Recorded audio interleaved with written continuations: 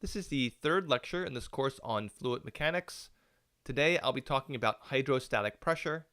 The learning objective is to understand how the pressure in a fluid relates to its depth.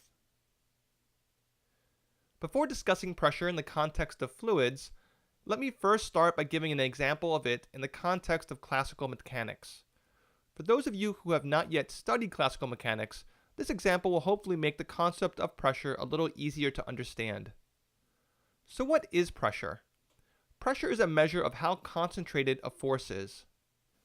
Mathematically, it's represented as force divided by the surface area through which the force is acting. Let's look at two situations. In the first, a 50 kilogram weight is resting on a table. In the second, a 50 kilogram weight is resting on a small wooden block of negligible mass, which is then resting on a table. The force on the table caused by the object's weight is 50 kilograms times 9.8 meters per second squared, or 490 newtons. This will be the same in both situations.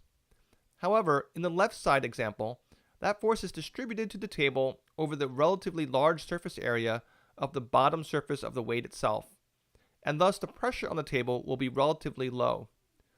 While in the right-hand example, the force is distributed through the much smaller surface area of the block, and thus the pressure on the table will be relatively high.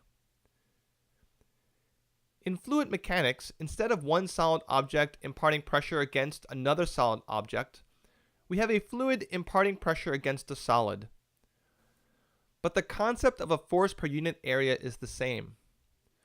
When talking about fluids, there are a number of different types of pressure that one can discuss.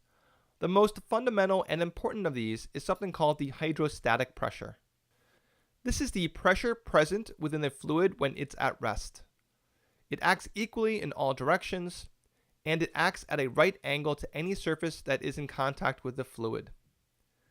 So if we have a glass of water, at a given level within the water, the hydrostatic pressure, which is a result of the weight of fluid above it, acts on the side of the glass equally in all directions.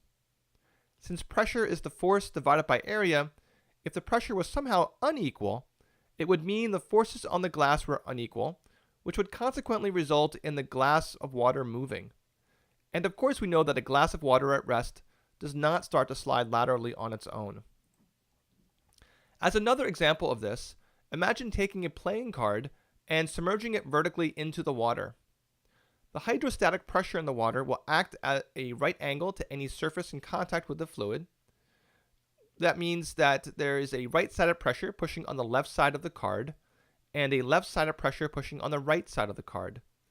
As these forces are equal, the card will not spontaneously move in either direction.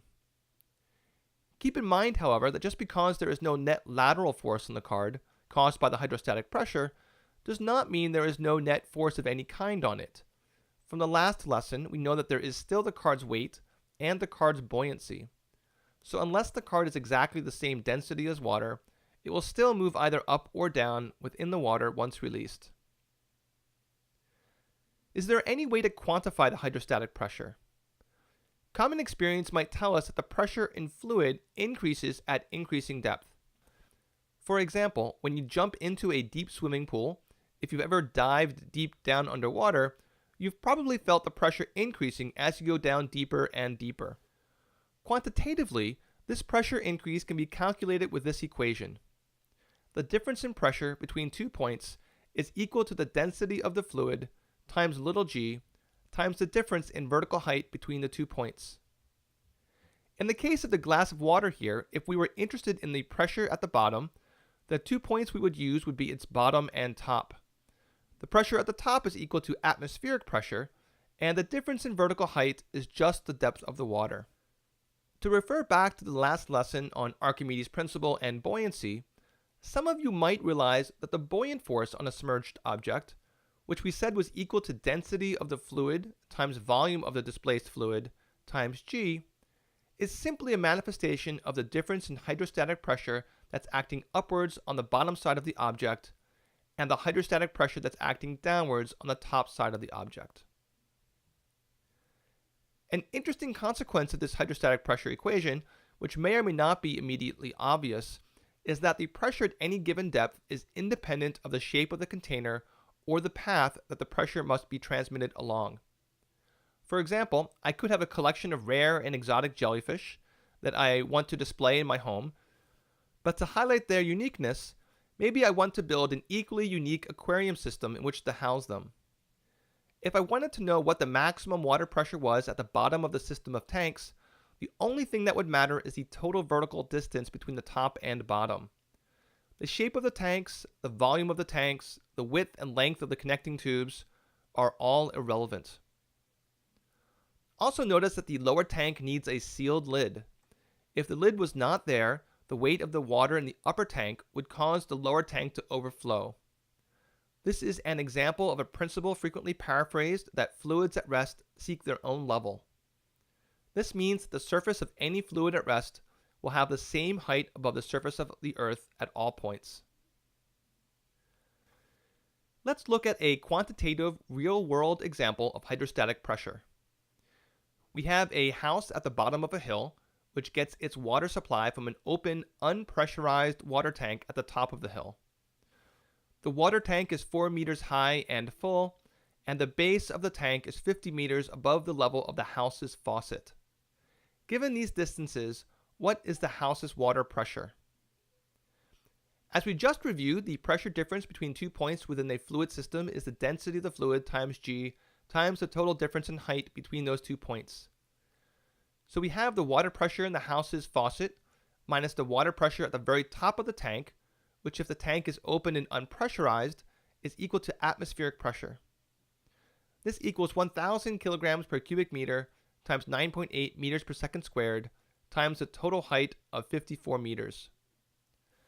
This is equal to 5.29 times 10 to the fifth kilograms per meters second squared plus atmospheric pressure.